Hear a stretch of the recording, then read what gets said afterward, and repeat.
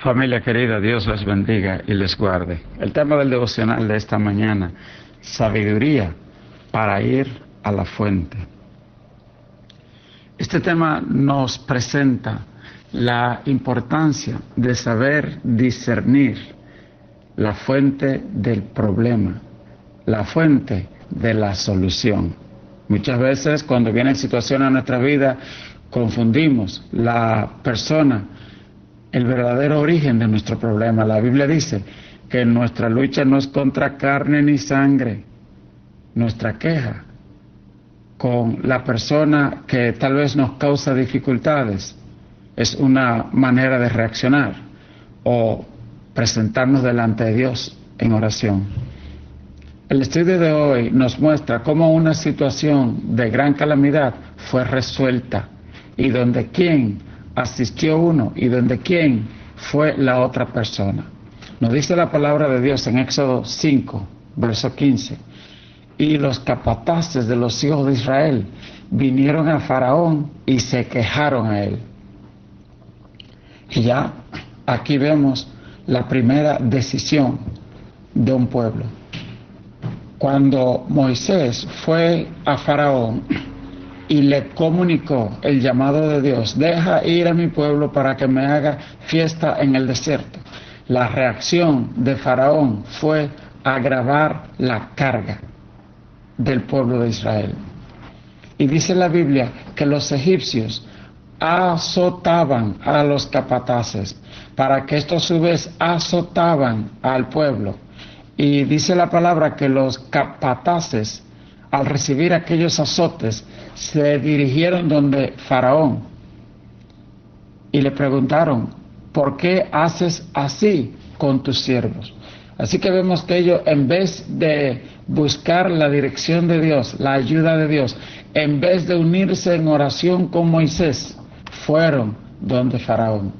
La respuesta de Faraón en el verso 16 nos dice: no se da paja a tus siervos, y con todo nos dicen haced ladrillo, y aquí que tus siervos son azotados y el pueblo tuyo es el culpable. Y él respondió: estáis ociosos, sí, ociosos, y por eso decís: vamos y ofrezcamos sacrificio a Jehová. Id pues ahora y trabajad, no se os dará paja, y habéis de entregar la misma tarea de ladrillo. Esta es la respuesta malintencionada de Faraón.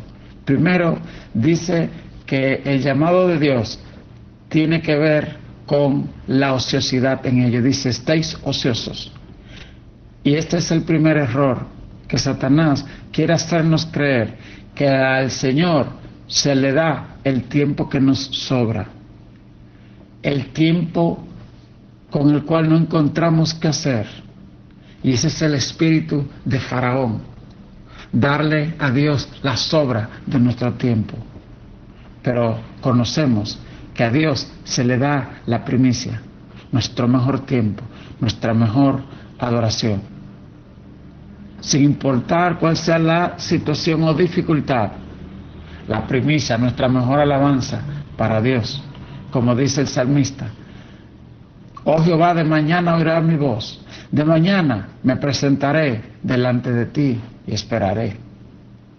Dice la palabra en el verso 19: entonces los capataces de los hijos de Israel se vieron en aflicción al decírseles: no se disminuirá nada de vuestro ladrillo de la tarea de cada día. Encontrando a Moisés y Aarón, que estaban a la vista de ellos cuando salían de la presencia de Faraón, les dijeron: mire Jehová sobre vosotros y juzgue, pues nos habéis hecho abominables delante de Faraón y de sus siervos, poniéndoles la espada en la mano para que nos maten. Aquí vemos el segundo error de los capataces israelitas. Primero, fueron a consultar a Faraón en vez de Jehová. Y segundo, acusaron a Moisés de mala intención. Ellos vieron entonces a Moisés como la fuente de su problema, cuando en realidad quien estaba detrás de Faraón era el mismo Satanás. Y la Biblia dice que nuestra lucha no es contra carne ni sangre. Así que quiera Dios que el devocional de este día nos ayude siempre a recordar algunos pasajes bíblicos que están en las Escrituras para enseñarnos cómo lidiar con la dificultad. Y por ejemplo, uno de esos pasajes es Hechos 14:22. Dice esta palabra: confirmando los ánimos de los discípulos y exhortándoles a que permanezcan en la fe, diciéndoles: es necesario que a través de muchas tribulaciones entremos en el reino de Dios. Que estaba confirmando ánimos y diciendo: no se preocupen, es necesario que a través de tribulaciones entremos, era Pablo. A Pablo lo acababan de apedrear en Listra, dice la palabra de Dios, por él estar predicando. Él hizo un milagro tan maravilloso que la gente de Listra pensaban que él era un Dios y fueron a adorarlo, y él dijo: yo no soy Dios, yo soy un simple hombre, y rasgó su vestido. Y después vienen otra gente y dicen: no, eso es uno falsante. Y de repente la gente que unos breves segundos antes quería hacerlo Dios, de repente toman piedra y lo apedrearon. A tal punto que dice la Biblia que lo dejaron por muerto y lo arrastraron fuera de la ciudad. Pero que los discípulos fueron allá y rodearon el cuerpo de Pablo y oraron. Y cuando oraron, Pablo se levantó. Aleluya. Oh, gloria a Dios. Se levantó. Dios permitió que lleguen aquellos azotes, aquellas piedras sobre Pablo. Y él cayó como muerto y lo arrastraron y lo dejaron por muerto después que le tiraron todas las piedras que querían.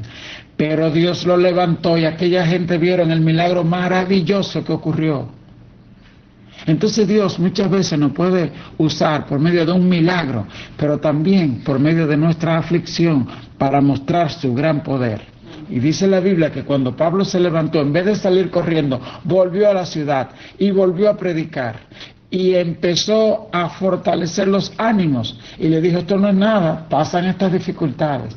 Muchas veces por nuestro orgullo, por nuestra arrogancia, pensamos que si viene dificultad a nosotros, porque Dios nos ha abandonado. Pastores que a veces no nos atrevemos a decirle a nuestro miembro o a dar un testimonio de alguna dificultad. Pastores tal vez que no se atrevan a decir: me dio el coronavirus, porque tal vez regaron en su iglesia, u otras personas, de que era imposible que a ellos les dé el coronavirus. Pero Dios sabe todas las cosas. Amén. Y Pablo no se avergonzaba ni de sus cadenas. Está escrito, dice: aunque soy embajador en cadenas. ¿Entiende? Y entonces, porque Pablo sabía una cosa, lo mismo que aprendió de Jesús, que en Juan 6:33 dijo: porque el pan de Dios es aquel que descendió del cielo y da vida al mundo. Jesús sabe que Él vino para acá para darse por la humanidad.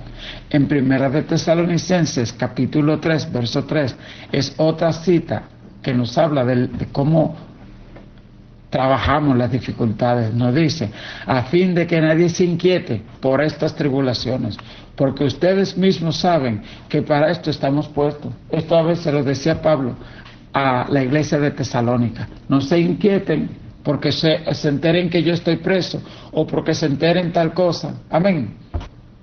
No se inquieten por estas tribulaciones. Segunda de Timoteo 3:12, Pablo ahora se le dirige a Timoteo y le dice: y también todos los que quieren vivir piadosamente en Cristo Jesús padecerán persecución. Muchas veces, por ejemplo, en el trabajo nos encontramos con situaciones, algunas tal vez las creamos nosotros y eso son otras cosas. Otras puede ser que Satanás levante personas contra nosotros. ¿Cómo manejamos nosotros esa situación? ¿Nos airamos contra la persona? ¿Dejamos de hablarle? ¿O hacemos el procedimiento que nos dio Jesús de hablar primero con esa persona? De tratar de buscar otra persona. Empezar a orar por esa persona, porque a veces tienen los ojos y los oídos cerrados. Y si queremos hablar con esa persona, muchas veces lo que vamos a tener es más problemas. Entonces, orar, ayunar por esta situación fue lo que Pablo hizo. Luego de ser apedreado, él oró y ayunó en aquella ciudad y designó ancianos, luego de haber orado y ayunado. Por último, usted conoce Romanos 8:28, que dice: y sabemos que a los que aman a Dios, todas las cosas le ayudan a bien. Esto es, a los que conforme a su propósito son llamados. Si estás en el propósito de Dios, puedes estar por seguro que todas las cosas Dios la utilizará para bien.